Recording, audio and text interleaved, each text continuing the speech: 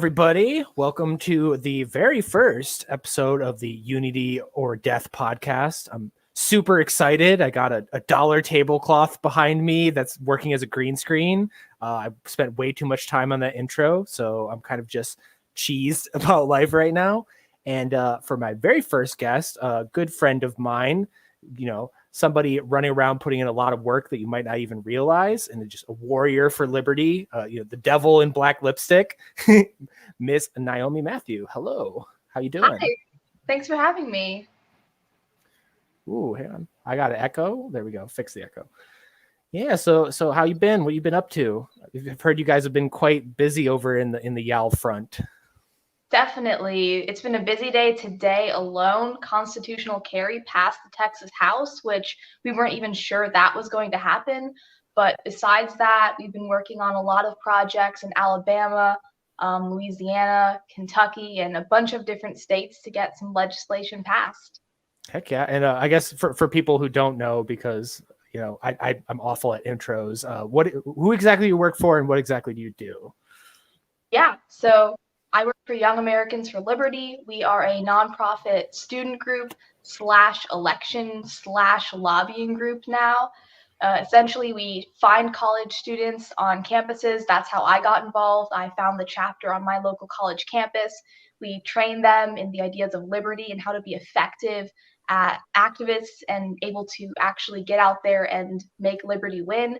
And then we mobilize college students to go out there and knock doors for liberty candidates and in favor of liberty legislation, so we can get some legislative victories and actually change laws and make liberty win.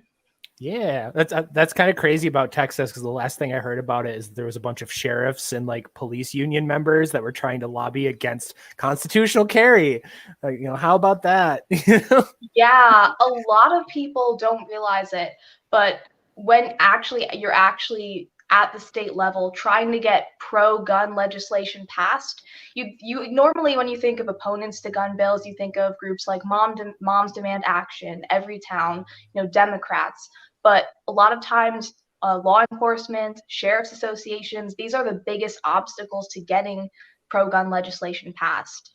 Yeah, I mean, like any time like an open carry or a constitutional carry bill pass, like the very first article that comes out is some police chief or police union like crying to the media about like, this will make our jobs harder and like it's going to cause violence in the streets and everything. And we'll become the Wild West, right? Like they're like, it's going to make the officers' jobs so much harder, and it's like, okay, like just don't worry about it then. And particularly with like what just happened up in Minneapolis, which is like all based around like gun control, it's like you have these people that are simultaneously advocating for gun control, thinking that the cops are like for it, well, I guess against it, not realizing that they're lobbying right alongside. And it's kind of like one of those unholy unions that nobody talks about. But yeah, so you said there's stuff going on. I know there's a lot going on in New Hampshire. I just learned about that, and that was kind of crazy. I guess it got shot down, but they did almost repeal qualified immunity or something like that up there.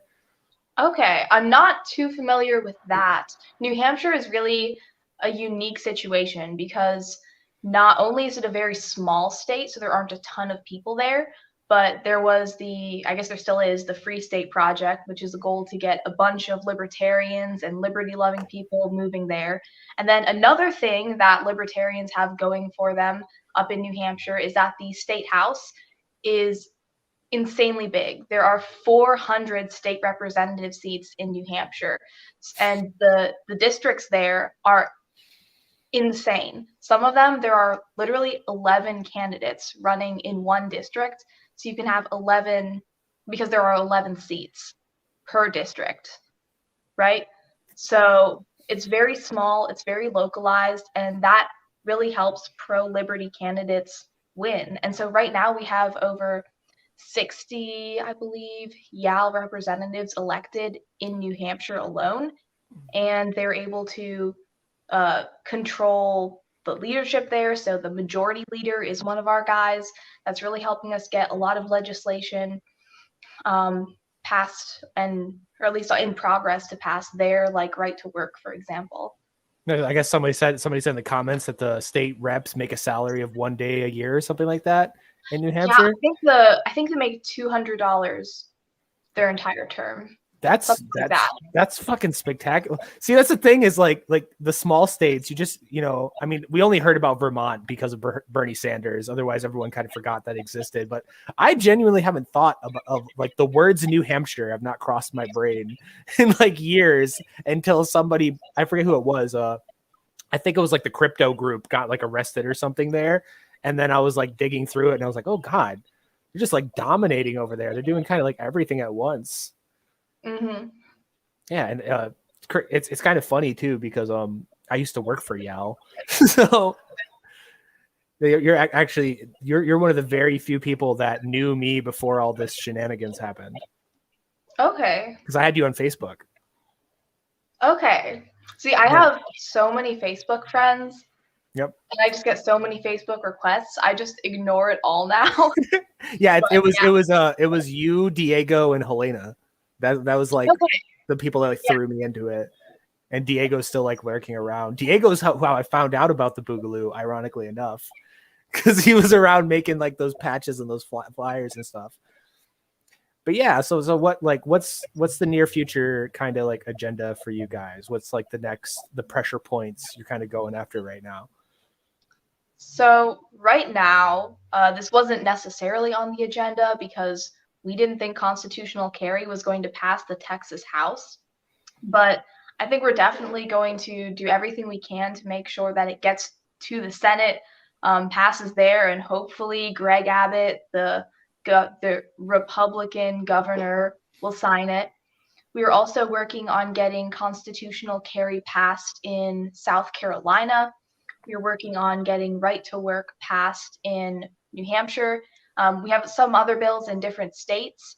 And then besides that, we have our Operation Win at the Door program, which is where we find pro-liberty candidates.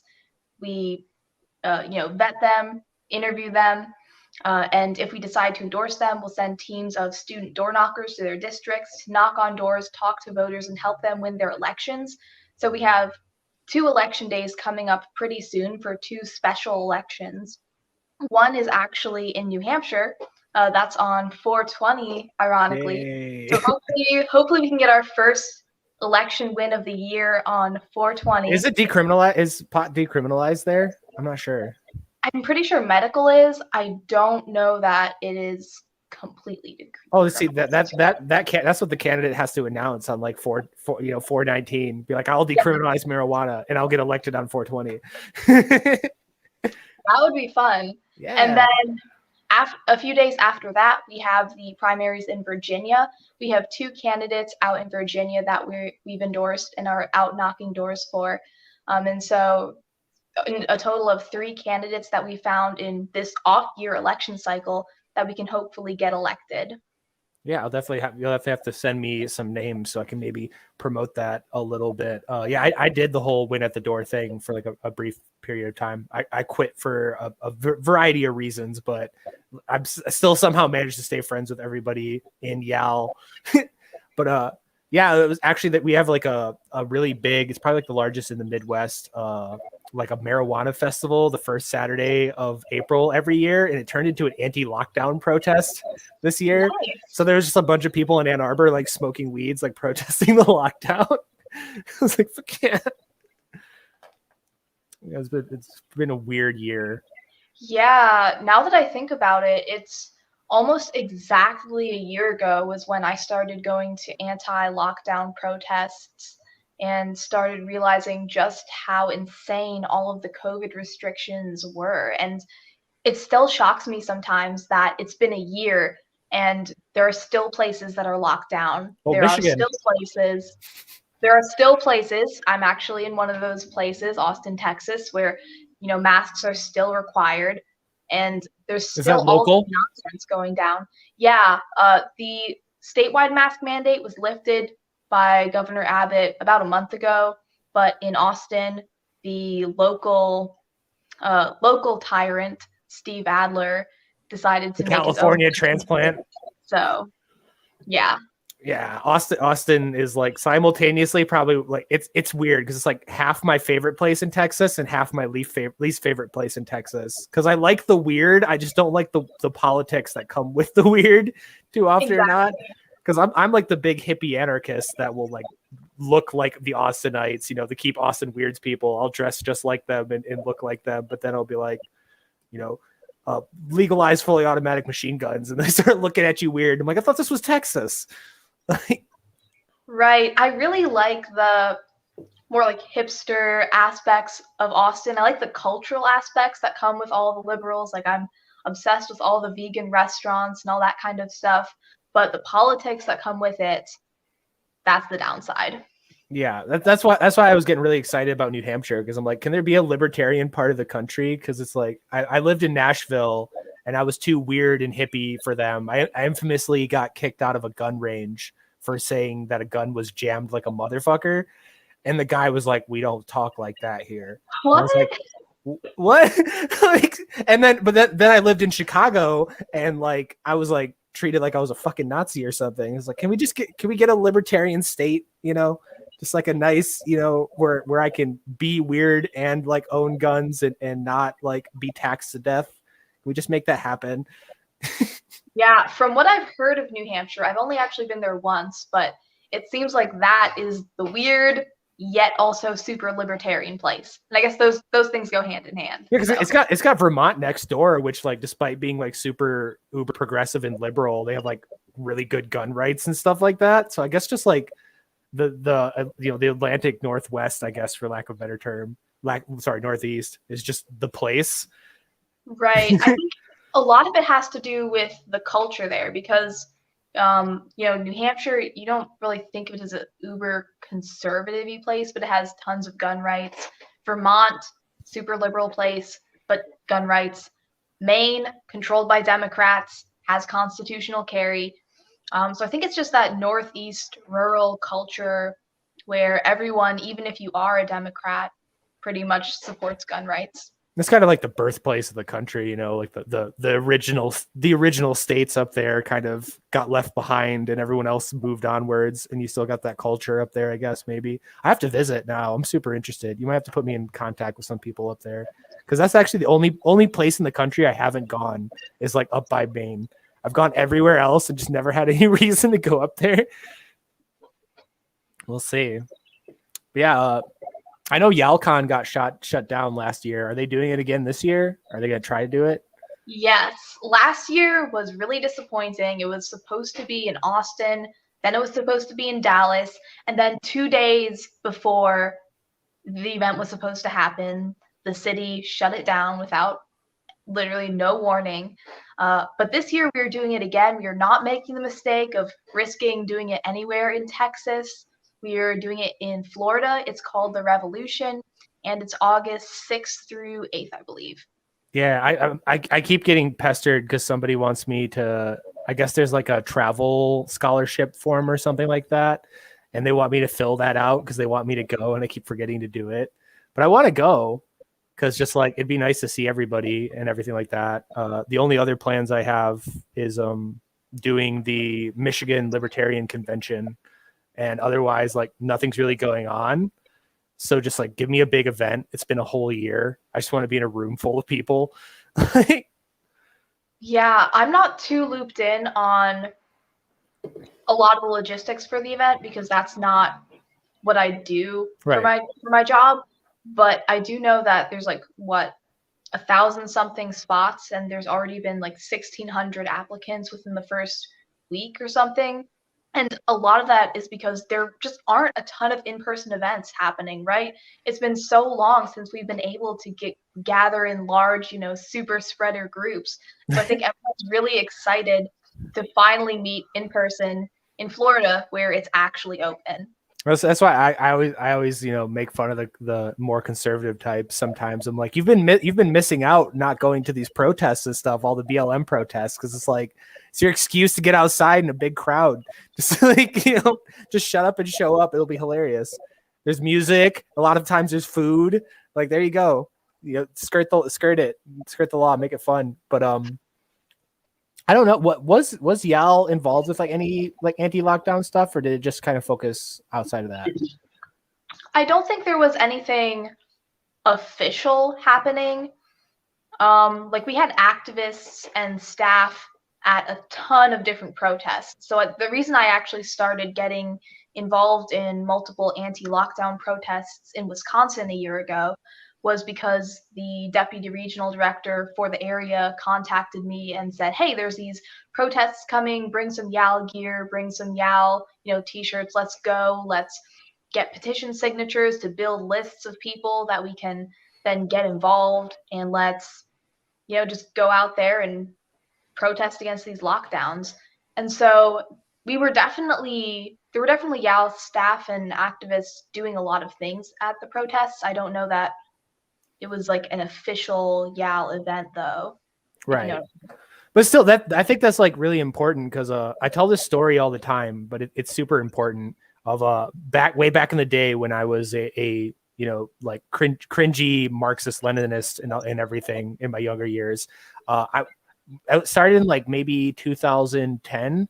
Every single protest I went to, whether it was like an environmental protest or like a police brutality protest, like anything you could think of, the Democratic Socialists of America had a booth there.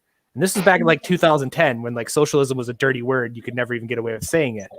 And they would show up to every single protest, no matter what it was about, and they would pass out flyers and they would talk to people. And I saw them get like their table flipped over. I've seen them get run out and everything like that, but they'd show up to every single event. 10 years later, Bernie Sanders almost wins, the Democratic nomination. So that's why I go to like libertarians and stuff like that. And I'm like, hey, like, I know it's fun to sit online and like, fucking copy and paste taxation is theft over and over again. But like, that strategy worked for them. So like, we should steal that strategy. Like, so I was like happy that I heard hearing you guys were going to those protests, because it's like in person, which is the same thing with the win at the door stuff. In person's what works. So like, so much of our shit for the last couple of years has been online, and we need to like get out and interact with real human beings to kind of push these ideas and these messages more. Exactly, because online we have our own little space, right? We probably only follow people who agree with us, or the few people that we actually know in real life. So it's easy to get caught up in that echo chamber and only be talking to people who agree with us and just parroting the same points over and over again. But by actually showing up in real life, which I know a lot of libertarians don't like to do because we are socially awkward and maybe not the best at talking to people, but by actually going out there, whether it's on campus recruiting for your group there, being at these protests, talking to normal voters at the door, you're able to communicate your ideas to people who aren't following you on Twitter, who aren't friends with you on Facebook, and spreading the message to actual real life people, not just the weird nerds who are obsessed with politics. Yeah, I mean, was it you or someone else from YAL that was running like a raffle to win like a free machine gun or like something like that? Somebody was doing that. They were on something. YAL, yeah, I think about a year ago, YAL officially had a AR-15 giveaway, and based as hell. So what I did at my school was I took a giant sign that said AR-15 giveaway, a come and take it flag, a bunch of other fun gun signs and stuff, set up a table in one of the student buildings, and then had students fill out the form to, try to win the AR-15. Like we obviously couldn't bring it on campus, and it was a nationwide contest that YAL was doing. But a lot of people who we wouldn't have found otherwise were really intrigued by just this giant sign that said AR-15 giveaway. I would have walked right up to you. Even if I didn't give a shit about politics, just me being me, I'd be like, what? Yeah, obviously there were people that were really mad about it. Apparently the school had like adults who didn't even go there calling to yell at them, like, why are their kids giving away AR-15s? Like the news reported on it, but we were really successful in it, and we were able to find lots of new members who weren't just, us weird political nerds sitting around discussing theory. These are people who cared about liberty, but maybe they didn't really know it yet. They just liked guns. And by, going to them where they were at, we were able to get them involved and get them involved in the fight for liberty. Yeah, I think it was like the University of Salt Lake or something. One of the like the northern flyover states. They held a class on how to 3D print your own gun, and they got just destroyed on like Twitter and everything about it, of all these Karens being like, "You're teaching people how to become school shooters and everything," and then our little bubble of the world got a hold of it, and we're like, "Best college ever." And they finally put out a statement of like, well, by the way, this was announced like 2 days after the Colorado shooting. So it was like, yeah. So people are like, this is the worst time for you to ever announce this. And we're like, no, this is the best time ever for you to announce this. See, I didn't even hear about that. Yeah, it was a huge shitstorm on Twitter. It trended for like a minute, but like, it was like, all right, sweet. And I definitely think, not to backseat strategist at all, but that'd probably be something good for Yal to get on, is like running around, try to get people to do 3D, building classes for firearms. Yeah, I mean, just the fact, even if nobody shows up, the shitstorm alone is great publicity. Yeah, I mean, we already have like the hoodies that say print guns, so that's a really good idea. Hire me, Yal, except for not doing door knocking, because I don't want to do that again. I was in the Michigan campaign. Yeah, with David, ironically enough. Okay, yeah, I was just about to ask. Yep. That's why it was so funny, because like I had all you guys on Facebook beforehand, and then I joined Yal, and then like I met like half of y'all, and then I quit Yal and disappeared for like 6 months, and then I reappear on Jimmy Dore. Like, meet all you guys again. David didn't even know it was me. That was the best part. It was like, you seem familiar. I'm like, yes, you were in my fucking car. Like, what the?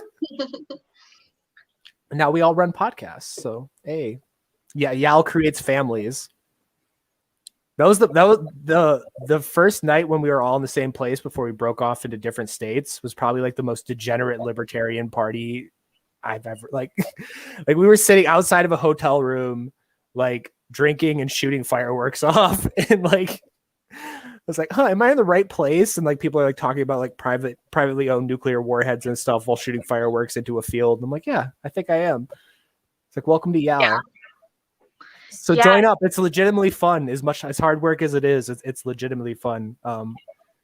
I always advocate for more of my end of the spectrum people to know what candidate you're advocating for before you join, because I'm more of an anarchist, annoying scumbag. So that's kind of a thing. But I think in general, a lot of people, it's worth joining into Yal. You can also kind of see the inner workings of how much of a clusterfuck politics are, just in terms of organizing and all these campaigns and candidates being weird. Yeah, people think that politics is all, TV ads. It's all, wheeling and dealing, like behind closed doors. Really, it's just numbers, spreadsheets, data, and hard work. Like, it's for nerds. Millions of phone calls. Like, and these politics aren't, crazy heroes. They're not, they're not that special. They're just normal, weird people, just like us, right? Yeah. And so I know, like, at least when I was in, things were really focused around, like, because the election was coming up, the bigger stuff. Does Yal do anything on like local level in terms of like maybe even down to the level of like mayors and stuff like that, and like treasury and stuff like that? Or is that kind of something maybe in the future? So with the Operation Win at the Door program, we are only focused on electing state representatives and occasionally state senators. The goal is to get 250 of them by 2022. We are on track to hit that. And the reason we do this level only is because we've found that this is the level where our resources make the most impact, right? It's really hard for us to make the difference in a congressional race or a governor's race, but the size of the state representative districts are just small enough, yet the power that a state representative holds is big enough for our resources to make the most impact. For lower level candidates like mayor, like school board, we don't do anything officially like endorsing them, but we do have a lot of local candidates come to our candidate trainings that we put on. So we have a training called Liberty Candidate Academy that we'll take to different places across the country. Weren't you And running that?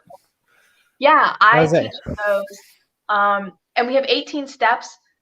It happens in one day, so it's a ton of information, but everything from filing to run, fundraising, messaging, getting out the vote. We'll teach candidates how to run a successful campaign in one day. And though it's focused on state representatives, the principles also apply to local elections as well. So I believe there are some local candidates that have taken those trainings and have won. The next training actually is going to be May 1st in Manchester, New Hampshire. So if anybody in New Hampshire wants to go to Liberty Candidate Academy, definitely let me know. Okay, so don't spoil your whole presentation, but like give me like a rapid fire, like 3 things. If I came to you and I'm like, I want to run as like as a libertarian for my population, 10,000 Hobump town, whatever. Like, give me your top 3 tips. Okay, so the first thing is you have to know your audience and know your district, right? So you have to know, well, you said you knew how many people were in the district, but you need to know, does the district vote Republican, Democrat? So you have to know whether your district is winnable at all, or whether or not you should, just move to a district, and also factors like, is this the right time in your life? So you have to analyze your district, really understand what issues people care about in that district, even before you decide to run. Second, you absolutely have to be fundraising. This is probably the number one mistake that liberty-minded candidates make, is we are nervous to not just talk to people a lot of times, but we don't ask for enough money and don't fundraise as hard as we can, because elections do take money and resources to win. And so probably the most important lesson that we teach at these Liberty Candidate Academies is how to successfully raise money as a Liberty candidate to fund your campaign, so you can compete with all the establishment hacks, with all the statists and big government types, and actually be competitive and win. And then third and finally, the other biggest tip I would have is be prepared to put in work. Because the big misconception, like I said, is that politics is just standing up, giving speeches, shaking hands, and kissing babies. That's not actually how you win, especially at a local level where you don't have a lot of name recognition. The best way to win your elections is to go directly to voters, to knock on doors, to make phone calls, and occasionally send mailers, right? To establish your name ID and get people out to vote. So be prepared to do the hard work in order to win. Yeah, and so I guess this would be the fun thing, seeming you guys are about to run, in probably running a campaign now in a lot of these places. How has COVID kind of made things fucky? Because I remember in the Michigan campaign alone, like there was a lot of people that were very not okay with you knocking on their door because they thought the fucking world was coming to an end or something, because media fear mongering. So how's that kind of like affected y'all and like your guys' like strategy and stuff like that? That's a really good point. I was actually, right when COVID hit and I was sent home from school, I was planning to actually go on a campaign. And then COVID happened, and we actually ended all of the door knocking efforts for a few months, switched to phone banking only, which wasn't as effective, but we still saw pretty good results in helping our candidates win with that. In terms of whether or not COVID hurt or helped, obviously it's going to depend on the place, right?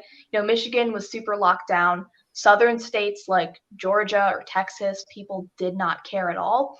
We really wanted to actually look at this data and kind of find and look at it objectively to see how COVID impacted our operations last year. So we did a survey. Every time people were at the doors, we had our door knockers rank whether or not people were scared of COVID. And what we found was that first, the rates at which people answered the door actually went up. I think it was about 20% of people before COVID were answering the door when one of us People were showed up. lonely and bored. And now because of COVID, people were more likely to be home and answer the door. So I think the answer rate went up to 28%, if I'm not mistaken.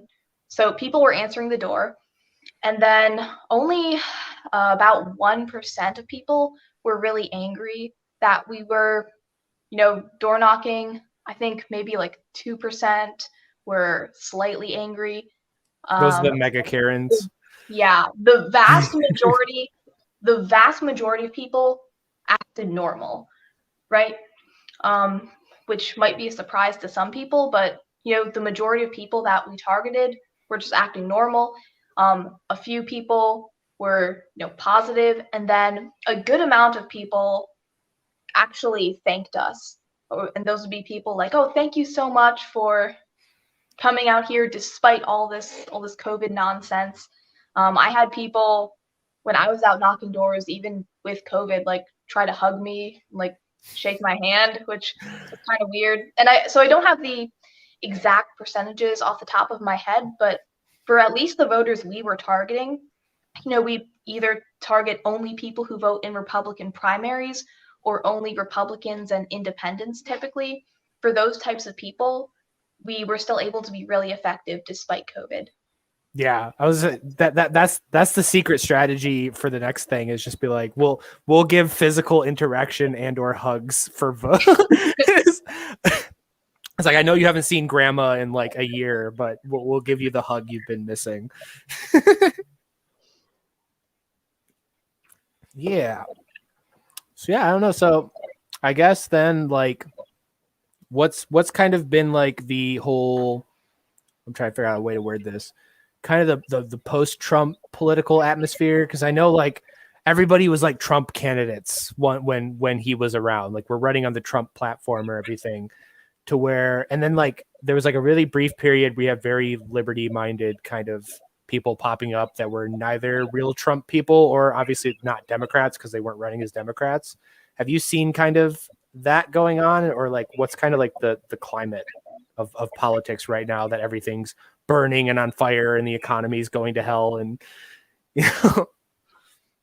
I think Republicans right now are in a unique position where they're simultaneously really united and then also fighting for the direction of the party. And we're really united because Biden is in office. He's proposing new gun laws, new regulations, taxes. Democrats are proposing all these insane bills.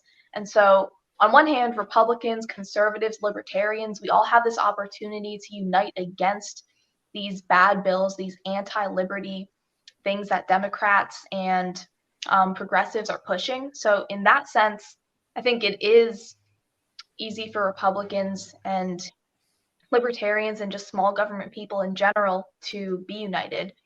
But yeah, on the other hand, the future of the Republican Party is kind of up for grabs and in the air. There's still those people who think Trump won the election, stolen election, fake news, all that. You're going to we're have still those hung up people. on that. Yeah, and then there's also those people who were never Trump to begin with and are still in the party, still being involved. And then there's the super liberty people, and then you have, the Liz Cheney types. So I think right now what's happening is Republicans are fighting for the future of the party, and we actually get to see this play out a lot in these state legislative fights that Young Americans for Liberty engages with. So I'm not 100% certain where the future of the party is going to be. What I hope happens is all of the liberty people get involved and make sure that the Republican Party sticks to being more in favor of less government intervention overseas, keeping up doing criminal justice reform, and hopefully take the party in a more pro-liberty direction. So yeah, definitely like I'm hoping for kind of like a big anti-war movement. That's the whole thing, that like this whole unity idea that I'm doing, where I'm running around with all these like BLM and like anti-fascists and stuff like that, is like hoping for like a big new anti-war movement. And I know we have like Massey and maybe a handful of other people, but that seems to be kind of dead right now. Like nobody's really like banging like the anti-war drum. Yeah, I know Matt Gaetz was the big anti-war person, and I haven't been following that situation, so I just haven't been paying attention, so I'm not going to comment on that. But yeah, but I know Massey and Gates were really the two main anti-war people. What really surprised me actually was Biden saying he was going to pull the troops out of Afghanistan. Now, I don't know if that's actually going to happen, but I was pleasantly surprised that he said he was actually going to do it. I shared 3 different tweets over the course of the last 14 years of Joe Biden tweeting that exact same thing. So I'm a little doubtful. Plus, we were supposed to pull out this month. That's the big thing. And we had a deadline with the Taliban. And then we just went to the Taliban and was like, oh, by the way, we're not pulling out this month. We're going to pull out 3 months or whatever from now. And it's like, they're totally not going to just like bomb you now. And then it's, the cycle begins anew. Yeah. How much do you want to bet that like a week from the day we're supposed to pull out of Afghanistan, a surprising terror attack happens or some, surprising event happens that forces us to stay? So some new spooky, acronym terror organization appears out of nowhere with a bunch of U.S. military weapons and everything, and attacks all of the Middle East again. It's not like we hadn't done this before. And I know they're real riled up about Ukraine right now, which is great because actually, like, I follow that pretty closely because I have family and friends in Ukraine. And yay, that war has been going on for like 6 years now, and we're looking to get involved in that. So I really hope that like that would kind of be my bare minimum of if somebody calls them like a liberty anything, liberty Democrat, liberty Republican, liberty libertarian, of like explicitly anti-war, super in your face anti-war, like Tulsi Gabbard level, for me to be like, okay, like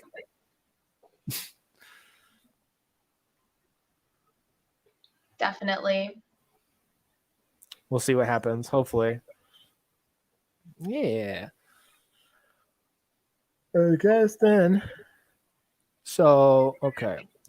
Are you guys doing any kind of like, because a lot of college campuses are closed, so kind of how are you guys doing that end of stuff?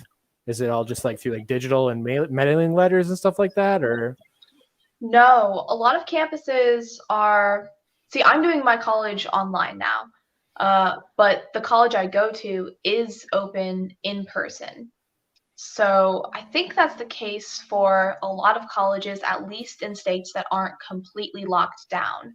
So, I know that there are still activists out there on college campuses passing out sign-up sheets.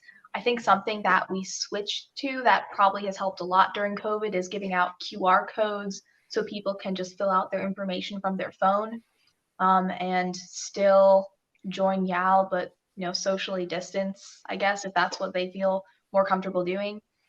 But again, I'm not on the campus side, so I'm not too connected with exactly how everybody is getting signups and still growing. But I do know that we are still growing on the campus side. I think so far this year we've gotten 20,000 signups.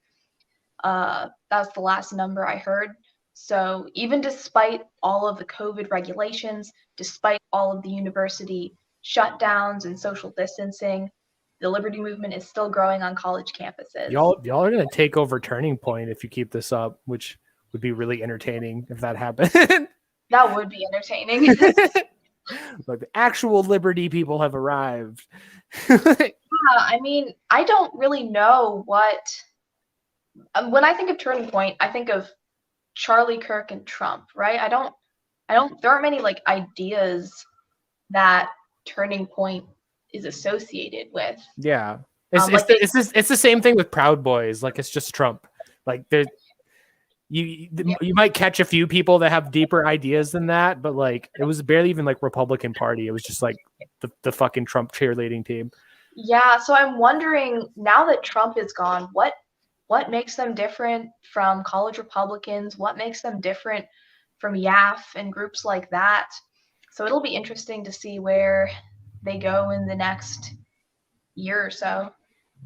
No, because I'm curious, because definitely like I see most of the street activist Republicans that were like super Trump people. They're either disappearing, going like psycho nationalist, like scary nationalist, or they're like joining us. So kind of seeing like the hungry hippos for the Trump movement right now, pretty much. Yeah. Yeah, I think. No, what were you gonna say? Oh, yeah. I mean, I think a lot of the reasons that people liked Trump is that they just did not like politics at all, right? Even if they weren't Republicans before Trump, they liked that he called out the media. They liked that he wasn't afraid to say things like they are. And that attitude of just not liking politicians is something that libertarians and people in the liberty movement should definitely capitalize on with all these Trump people out there looking for a new movement to join. Yeah, definitely. I mean, like if you look at, I guess like even from content creation, if you look at the three like biggest political YouTubers from every like aisle, they're all people that just call the establishment a bunch of cucks all the time. Like you have Jimmy Dore like just screaming about AOC all the time. You have like Tim Pool, the moderate, that's just saying everyone sucks. And then you have, still the Ron Paul Liberty Report and stuff like that, just sitting there saying the world's coming to an end. the I warned you Ron Paul memes are the best. Yeah. Didn't have to be like this. Didn't have to be. It's happening. That's in the Facebook GIF keyboard. You can pull that up. That's great. I'm like, good job, Ron. He had that viral like it was like a tweet or a Facebook or something like that where he was wearing Daisy Dukes when he was doing his podcast. I was like, he's like 80 something now. He's sitting at his computer in Daisy Dukes. What a man. What a fucking man. Mm-hmm. Yeah. I guess has there been like any like, how would I word this? Kind of like people like Ron, people like Thomas Massey and stuff like that having any interest in getting involved or like shouting you guys out or anything like that? Or like politicians or yeah, like just bigger names in like the movement, whether it be a politician like Massey or like people like Ron Paul or stuff like that. Well, I know Gina. I don't know how to pronounce her last name. Carano. Yeah. I've never seen her name out loud before, but she retweets Yal stuff sometimes. Interesting. And I'm not super connected on the communications and like. Right, I'm asking you like you're the president of Yal, but you're the highest person in the organization I know, so that's why I have to pick your brain. But I don't know if I should like share this. They said we could share this. This hasn't been like officially announced yet. Like there's no graphic put out, but at the Revolution, our event in Florida this August, Edward Snowden will be speaking there digitally. So I need to go. God damn it. Why is that not everywhere? Come on, that's hype as fuck. You guys need I don't know when. It was literally just confirmed either yesterday or today. Ooh, so did I get an exclusive here? I don't know when they said they were going to like officially announce it with a graphic, but today they said we could tell people if it would help recruit more people to go. So yeah, I definitely want to go. I can say that. I definitely want to go because the only thing I can't really afford about it is getting there. So I hope that scholarship, I need to fill it out. God damn it. But yeah, I do really want to go, especially because I literally had the tickets to go to YalCon. It was going to be the first time I ever got on a plane. It was to go there, and then it all fell through like last moment. Yeah, it was crazy because the staff had also booked tons of tickets for the activists last time. I was still an intern around that time last year, so my job was to book all the plane tickets for our legislators that we've helped elect. And then they canceled it the day before, so I had to spend hours canceling all the flights, the 100-something of flights I had booked. Yay. Somebody's horny posting about Gina Carano in the chat. I had to deal with that. Yes, she is a beautiful woman, but Keep it clean. Oh my God. Whoop, I almost broke my computer there for a second. Yeah, definitely. I know some people at FPC too, Firearms Policy Coalition. I don't know if you guys are familiar with them or work with them a lot, but that's somebody I might want to get you guys in touch with. All I know is that they have a Twitter account and like we reply to each other's tweets sometimes. I don't know what they actually do like as a group. They sue the living shit out of everybody for gun rights. Like they are just a lawsuit factory, and they had direct like involvement with getting the bump stock ban reversed. So like they're like everything the NRA pretends to be. So, and also I just love them because they sell Hawaiian shirt like gear and like openly tell people on Twitter that they're a bunch of anarchists that don't believe in government. So I'm like, that's the gun people we need right there. Even if you're like a Republican, you want the crazy anarchists running around and like suing every fucking state and local government in the country about gun rights. Yeah, that's a really good strategy to getting what you want. Just suing, because people don't like to deal with lawsuits, and so they'll hopefully stop enforcing their bad gun laws. Yeah, because they like pre-announced a lawsuit in Maryland, I think it was, because they're trying to do a magazine ban, and they were like in like the Twitter responses be like, here's our already written up like lawsuit if you vote on this. Super excited. But yeah, I definitely should like try to put a bug in one of their ears and be like, talk to the YAL people, see if you can get like some guerrilla legislative kind of thing going with you guys, because they're great people. They're definitely like just like YAL, like total boots on the ground, get involved, no talk type people. Yeah, show no mercy, just go out there, sue. That's the type of politics that I enjoy. We practice confrontational style politics, and I really enjoy that. Personally, I think it's what's most effective at getting legislation passed. If you're just a normal grassroots person without millions and billions of dollars to bribe and essentially buy off votes. So that definitely sounds like a group that I should learn more about. Yeah, and it's something I just say all the time of like libertarians need to do liberty shit. Like if you need to live these principles, you need to go out. Like we've passed, just like you said, we've passed our ability to be awkward like dorks and everything, like hiding in our room, shit posting about freedom and Ron Paul quotes and stuff like that. Like we have to like interact with the world and go out and kind of do this stuff, because I obviously wasn't working for YAL or anything like that. But when I was running around all the BLM protests all the time, people would ask like, you know, what are you? And I'd be like, I'm either a libertarian or an anarchist. And they're like, what is a libertarian? And like that goes to show like how liberty ideas like that, like people know Republican and Democrat, they do not know that third word or what that means or how that applies to stuff. It's like, get out and do it, people. Like Exactly. And I used to be that type of person who would just hide in my bedroom. I mean, I've always been kind of just a socially awkward person. And in college, even when I was, still really new to YAL, I had just taken over as president, there would still like be days I would like lock myself in my dorm room for the entire weekend. And I was still, terrified to talk to people. I'd avoid the cafeteria and the gym because I was too scared to talk to people.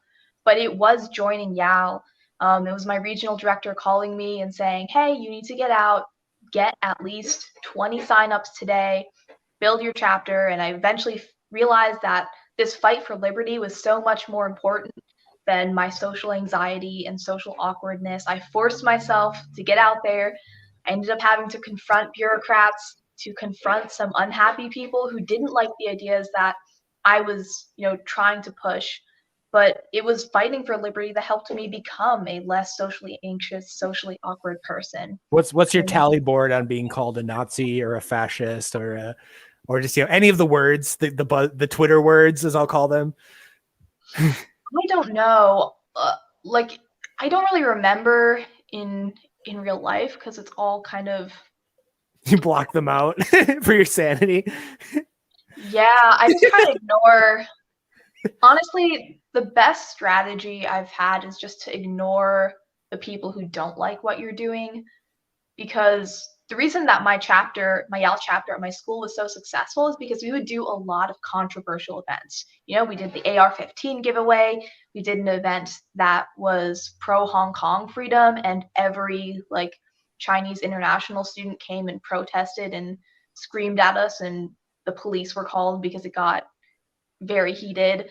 Wow. Sounds like you needed some boogs there.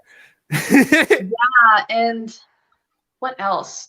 We did a bunch of controversial events, and that got a lot of people mad at us. A lot of people said, you guys are just doing this for attention and controversy. Yes. What all these we did it for attention, but what we did is through these controversial events, we were able to find the people who agreed with us, right? Of course, we're going to find people who don't agree with us, but these events let us find the people who were our people and get them involved. And if I can find one other solid liberty activist, even if I have to interact with 5 people who don't like liberty and are calling me a Nazi or calling me a racist for saying that Hong Kong, should be free, it's worth it in order to get one other person involved, one other person phone banking, knocking doors to actually make liberty win and have tangible impacts to help people in real life. Yeah, people underestimate the power of absurdity and shock value in a lot of things. I mean, I don't think anybody would have talked about my movement if we weren't walking around in Hawaiian shirts looking stupid. Yeah. Nobody would know who Vermin Supreme was if he wasn't walking around with a boot on his head talking about, giving people free ponies. The absurd, embrace the absurdity, embrace the shock, win a free AR-15. That's absurd. Nobody does that. Gun manufacturers don't do that. So that'll catch your attention. Just doing little things like that. And that's stuff you can do even if you're not with YAL or an organization or anything. If you're just a semi-persuasive speaker or whatever, just go set up a lemonade stand with get a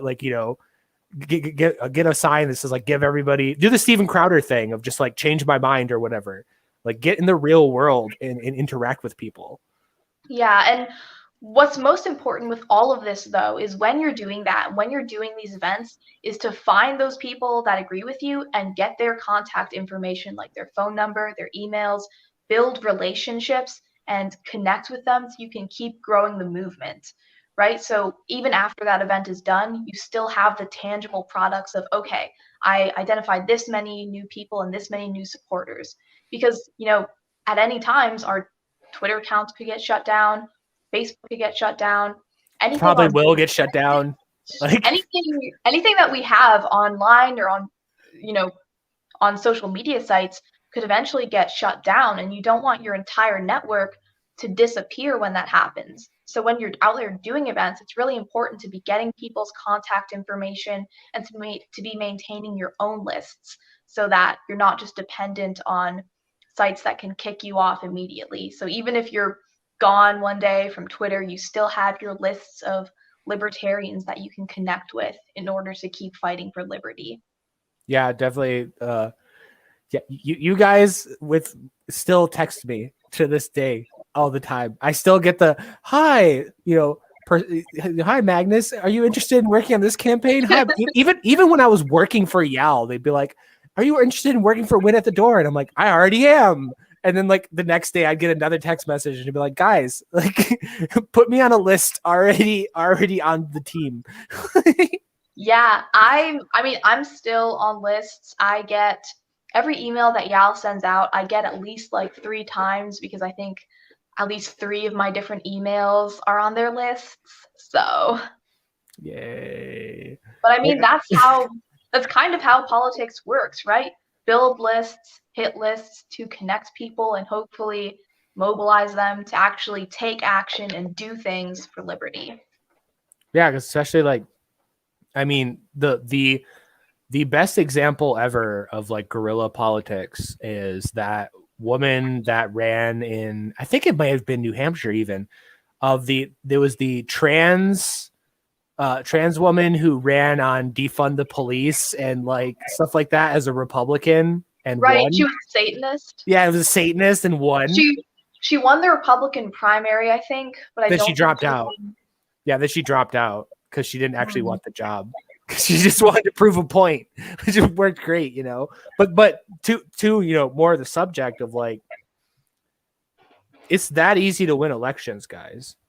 Like it can really be that simple, that dumb. I think I was on with Spike Cohen 2 nights ago, and they're talking about how a guy had the same name as the guy who like ran last time for like the I think it was the Democratic Party or something like that.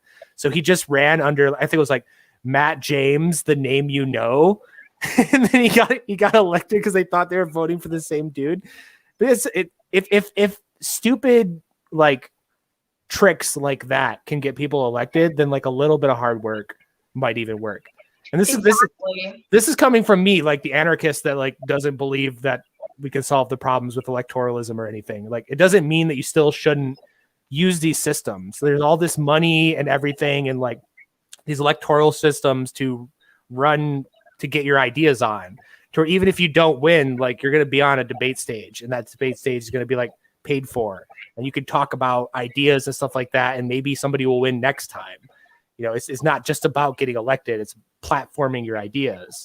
Yeah, exactly. And in New Hampshire, we actually have candidates that are full-on anarchists that are elected to the House of Representatives there. So even if you don't believe in government at all, you can still run, have a platform for your ideas, even if it's not fighting to, completely abolish the government. You can still participate in a lot of victories, like, ending permits for carrying a gun, legalizing marijuana, a lot of things that will do, good in real life to tangibly make people freer and, less controlled by the government.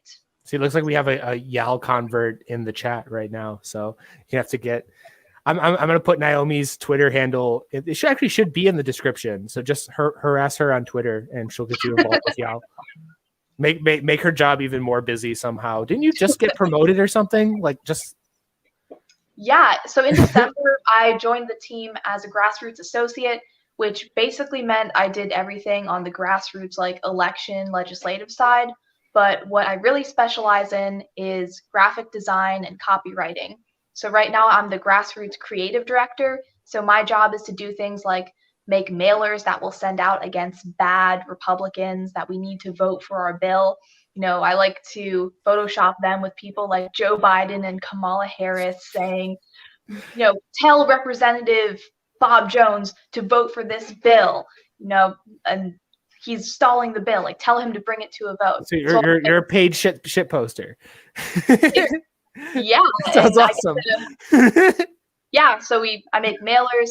I make the literature that we use while we're door knocking to hand to voters, digital ads, and then also do my fair share of training candidates at Liberty Candidate Academies and things like that.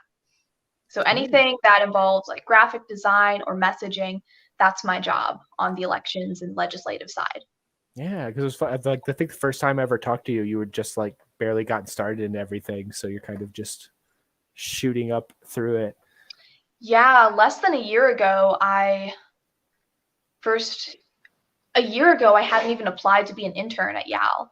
I was the state chair, but I had applied to be an intern last May. And I didn't even get the internship that I applied for. Like, I got rejected. Apparently they just didn't have space. And so then I went to work on Matt Gertler's campaign in Georgia. We won the first primary election. He lost the runoff later, but I worked on his campaign. And then while I was on the campaign, the VP of grassroots called me and offered me like a grassroots internship position. And then like last June, I moved to Austin and started interning.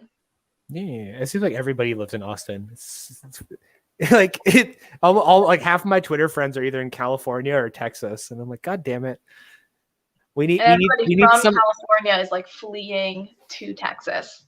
We need Michigan people. We're so desperately in need of liberty up here. It's so bad. We have nothing but rhinos, neocons, and like the most establishment Democrats ever. Not even the fun, kooky ones. Like, I'll take an AOC. I don't even care around here. That's how bad it is. So it's like, it's pretty awful. So it's like, please help. I keep bringing it up to it, but Gretchen Whitmer like covered up a man who died in Lansing jail in the same exact way George Floyd did, and then was running all over the news being like, justice for George Floyd, and we need to answer for this, and blah, blah, while she was actively covering up like a police murder in the exact same way. It's like, you scumbags. Yeah, these people do not care. Like, these Democrats, they'll talk a lot about, oh, you know, justice for George Floyd, Black Lives Matter, but then they'll keep, you know, pushing the same police policies that kill people. They'll still push for gun control, which is enforced primarily against minorities and result in more people's deaths. To them, it's all just political talking points. It's not actually that they care about people. They just want, you know, to push their agenda and control people even more.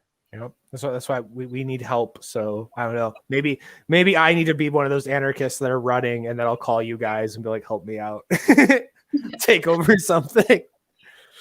But yeah, so I guess before I kick us out of here, and you want to tell people, I guess, just where they can find you next, what they can find you on, and I guess anything like if they want to get involved with YAL, where would they go to jump on? Yeah, so probably the easiest place to find me is on Twitter at Naomi Math. I waste way too much time on there. And if you're looking to get involved with YAL or Fighting for Liberty, you can go to yaliberty.org. That's just the general website. But if you're looking to get involved on the grassroots side, which is the side that I'm in and the side that I'm most passionate about, you know, whether you're thinking about becoming a candidate and running yourself, whether you want a job in politics and to actually work for liberty candidates and for liberty legislation, whether you are even just thinking about running in the future and want to get put on our radar, you can go to yaliberty.org/door, and that will take you to all the resources you need in order to get involved. And definitely, if you are just sitting on the sidelines right now, you know, don't just be that person in your room doing nothing like I used to be. Get involved for the fight for liberty, because losers and people who sit on the sidelines, they don't legislate, they don't make liberty win. And right now, with all of the craziness that is happening in the world, now more than ever, we need people to be out there in real life, in person, getting involved. Yeah, I mean, like if you're not doomsday prepping and or rioting and or doing stuff with organizations like YAL now of all times, then what are you doing? You know, like that's kind of like your three options. You're living under a rock if you don't understand that, like, this is the final countdown kind of feels right now. Like shit's going crazy. So I definitely hope, like I said, we have one recruit in the chat already, so the stream was worth it. Like you said, hopefully get somebody on there, and he's in San Antonio, so there you go, another Texas one. So yeah. Thanks for coming on. Thank you, everybody, for tuning in for my first scuffed show. I'm definitely going to improve it as I go. But I actually have never done video editing, never used Photoshop, and this is like the fourth podcast I've ever run. So yay. But yeah, thanks, everybody. And I'll be back next week, Thursday at 9 p.m. Eastern Standard Time. Stay safe, stay free.